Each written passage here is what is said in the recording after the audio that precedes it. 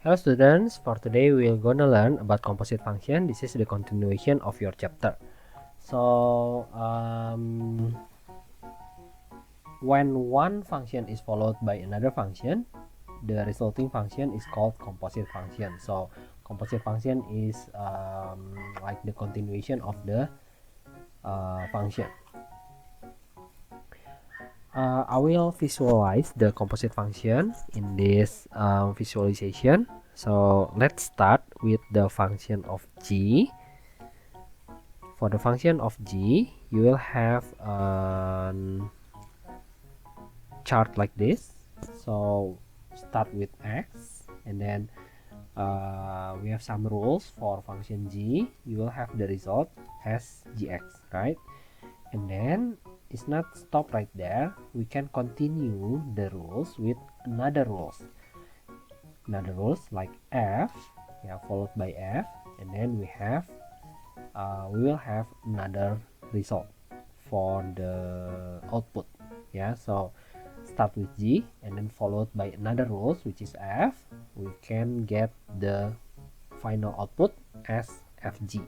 Yeah, so but in calculations it will be a little bit complicated if we calculate it twice, like you calculate the gx first and then you followed by the rules of the fx, and then you will have the final result after you calculate it twice. Yeah, that means we can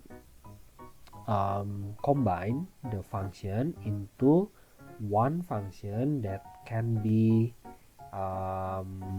calculated to find the results directly. Yeah, it will not be two calculations, but it will be only one calculations.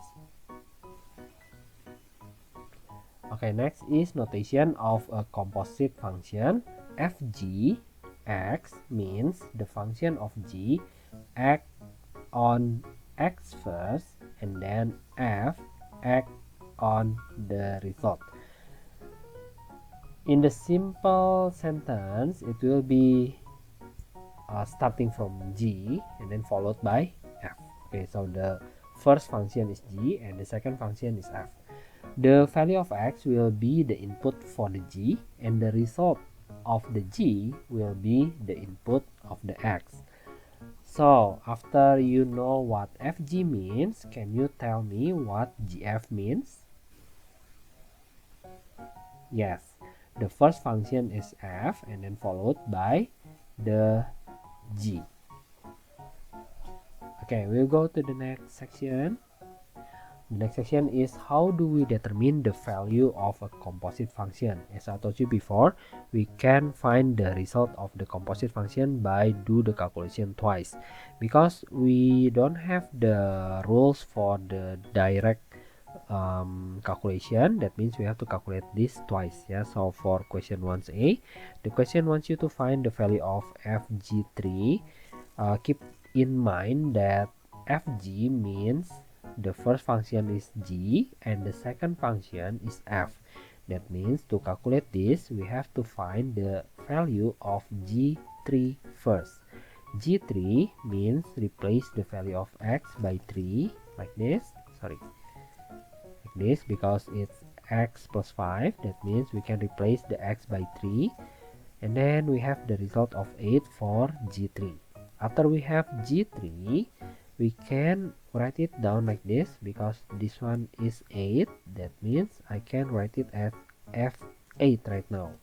So we have to find the value of f8. f8 equals to 8 to the power of 2, since the rules is square, and then we replace the x with 8. So the final result will be 64. Therefore, the fg3 equals to 64. This is how you calculate the value of a composite function. Okay, let's try b. For the b, we have g f negative 7 equals to. So to understand this, I can visualize this like calculation by using an arrow like this. So negative 7, input it into the f, and then the result later will be input into g. just like that. Yeah, so just input the negative 7 to the f first. So you'll have negative 7 to the power of 2, which is equals to 49. And then just input the 49 into the g. So you will have gf negative 7 equals to, input the 49 into the g. You will have 49 plus 5 equals to 54. There you go. This is our final result. Yeah, so as simple as that. Next is, how do we determine the composite function, the rules itself? Yeah, if the composite function is fg, simply substitute the x in the fx with the g. So you only have to substitute the second function with the first one. Yeah, and then if it is fg, that means you have to substitute the first function, which is f, into the g. Substitute the fx to the g. Okay, it's a little bit confusing when I'm explaining it like that. Just go to the example questions, you will understand it later. So we have fx equals to x squared, and then we have another one, gx equals to x plus 5, and the question wants you to find fgx. Remember, fgx means the first function is g and the second function is f. The rules is you only have to input the first function into the second function. So you have to input the first function into the second function. So it will become, you input it into this x. Yeah, so the x will be replaced with x plus 5, and then you will write down the rest, x plus 5 squared. There you go. This is the fgx. So the rules for the fgx directly is x plus 5 squared. How about this one? Okay, so for a, we have to determine the rules for fgx. Fgx means you have to substitute the g into the f. So substitute this into the 2x plus 1. So you'll have 2 times x plus 1. The x will be replaced by x squared plus 3. That means we will have 2x squared plus 6. Multiply it like this, and then plus 1. So you altogether it will become 2x squared plus 7. So this is the rules for fg. How about b, gf? gfx means the first function is f, input it into g. So right now you have to input this into the g. So you will have x squared plus 3 before, and then you replace the x with 2x plus 1. So this is the rules of gf. Yeah, and then c, we have to calculate ff. Ff means input the f into another f. So we have 2f right here. Let's just pretend that we have 2f. It will be more make sense for you later. So we have to input this f, the first f, into the second f. Yeah, so it will become 2 times x plus 1 before, like this one, but we have to insert the 2x plus 1 into the x. So 2x plus 1 like that. For this one we can simplify it by multiply the results like this. So you have 4x plus 3. So this is how you determine the composite function. Okay, after we learn about composite function, the next one is the inverse function. The inverse of a function is the function that undo the fx. Yeah, undoes, what should I pronounce this? Undoes what fx has done. So this is the diagram of the fx. The x will become y, while inverse function is the reverse of the process of the fx. That means the y will become the x. Yeah, so the direction is reverse. The rule for the inverse function will be the reverse of the rule of the original function. And there is one condition that a function have an inverse. A function has an inverse if and only if it is one-to-one function. And what is one-to-one function? Meaning that each output is mapped from exactly one unique output. That means each value of y will have only one values of x, and vice versa. Yeah, so each value of x have one value of y, one value of y have one value of x. If one value of x have two values of y, the function will not have an inverse. Okay, next is the notation of an inverse function. The notation of inverse function of fx will be written as f to the power of -1 and then x. This one is called the inverse function of fx. And then how do we determine the inverse function? For many straightforward function, the inverse can be found using a flowchart. If the function a little bit complex, you can use algebra later. Yeah. Okay, let's take a look at example question 1 to find the inverse of fx, for which the rules is 3x plus 1 over 4. First, we have to read the rule of the function like this. To know the flow chart, you have to read the rules of the function starting from the x. So x is multiplied by 3, starting from the x, right? X multiplied by 3 and then added by 1 and then divided by 4. Yeah, you have to read it like that. And then after you read the rules, you can create a flow chart like this. Starting from the x multiplied by 3, it will become 3x, and then added by 1, it will become 3x plus 1, and then divided by 4, it will become 3x plus 1 over 4. Yeah, this is the correct flow chart for the function of fx. And then to find the inverse, we simply reverse the process, starting from the x at the right side, and then we have divide by 4 before, it will become multiplied by 4. It will become 4x, and then we have plus 1 right here, it will become minus 1. So 4x minus 1, you will have 4x minus 1, and then we have multiplied by 3 before, it will become divided by 3, the opposite operation. So altogether you will have 4x minus 1 over 3. So the final result will be the rules for the inverse function. So altogether you can write down the inverse functions like this: f to the power of -1x equals to 4x minus 1 over 3. This is how you find the equation of a function, the inverse function, using a flowchart. Yeah, but not all of the questions can be determined by using these methods, but rather using the methods above. Let's use algebra, so all of the questions can be solved later.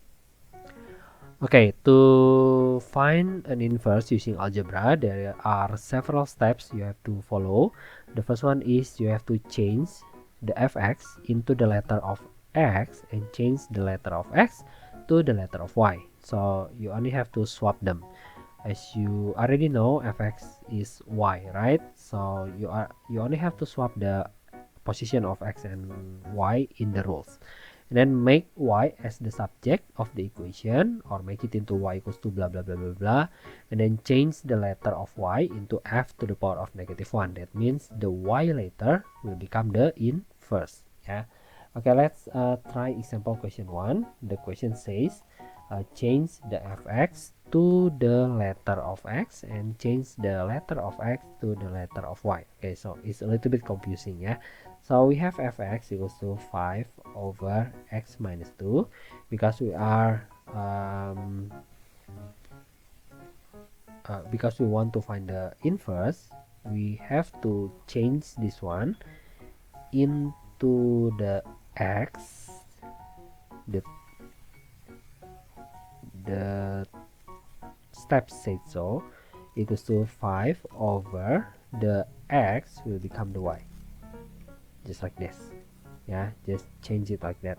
And then the second step, The second step says you have to make the y as the subject. That means you have to use algebra to make this one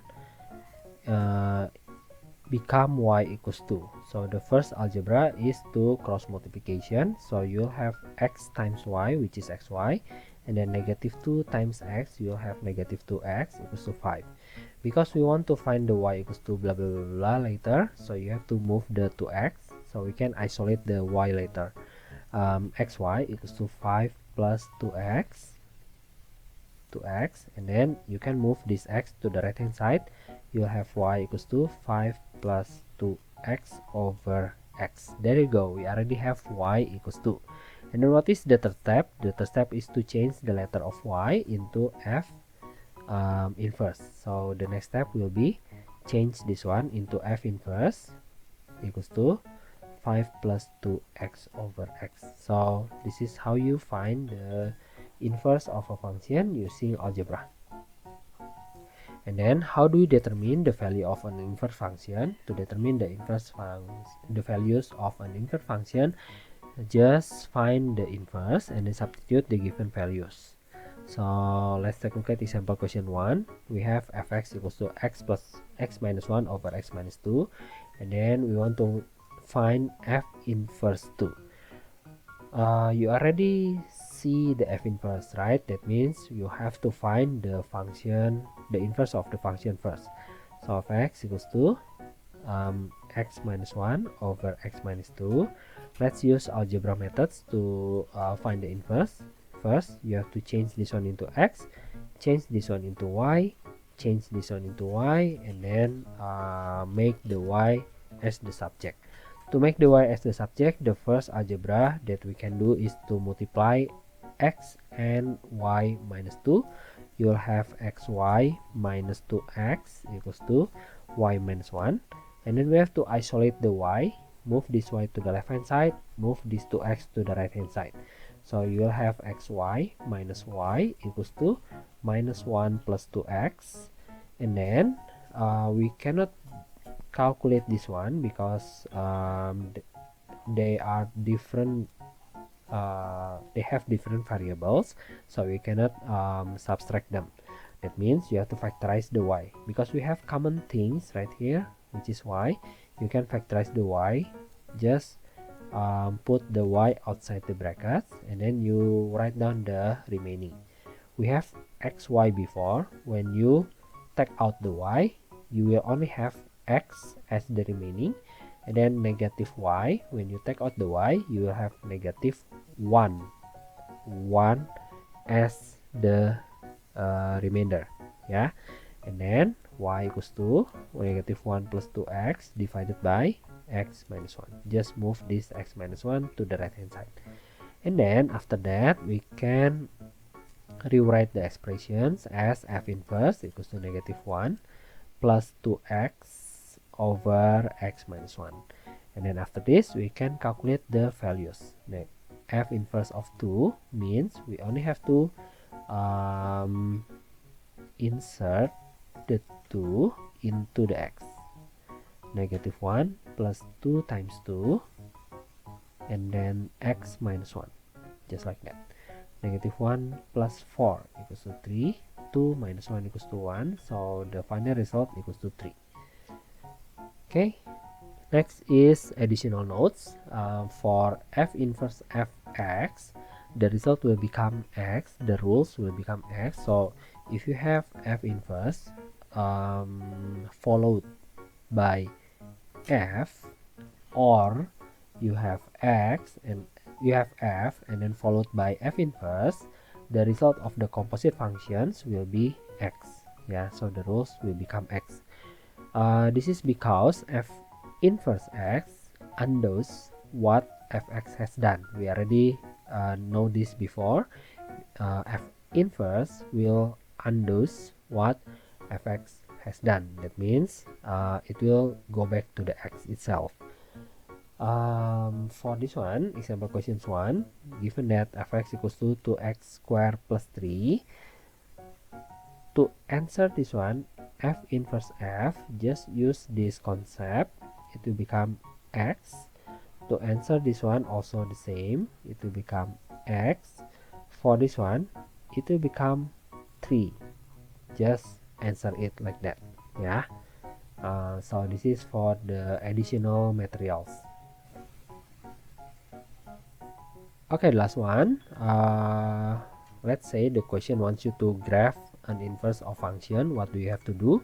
First, you have to sketch the original one, and then you have to draw the line y equals to x. You already learned this in transformation chapters before. A diagonal line in the direction to the top right, and the diagonal is exactly symmetrical. Yeah, that means 45 degree.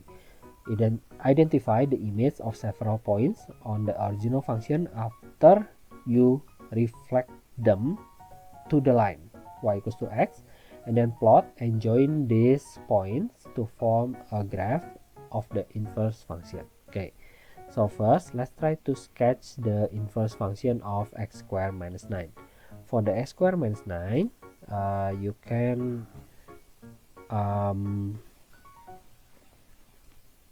use the previous lesson to draw it, the fx equals to x squared minus 9. The steps is find the x-intercept, y-intercept, and then create the table. But I will skip that part because we already learned that in the previous meetings. That means the curve later will be like this.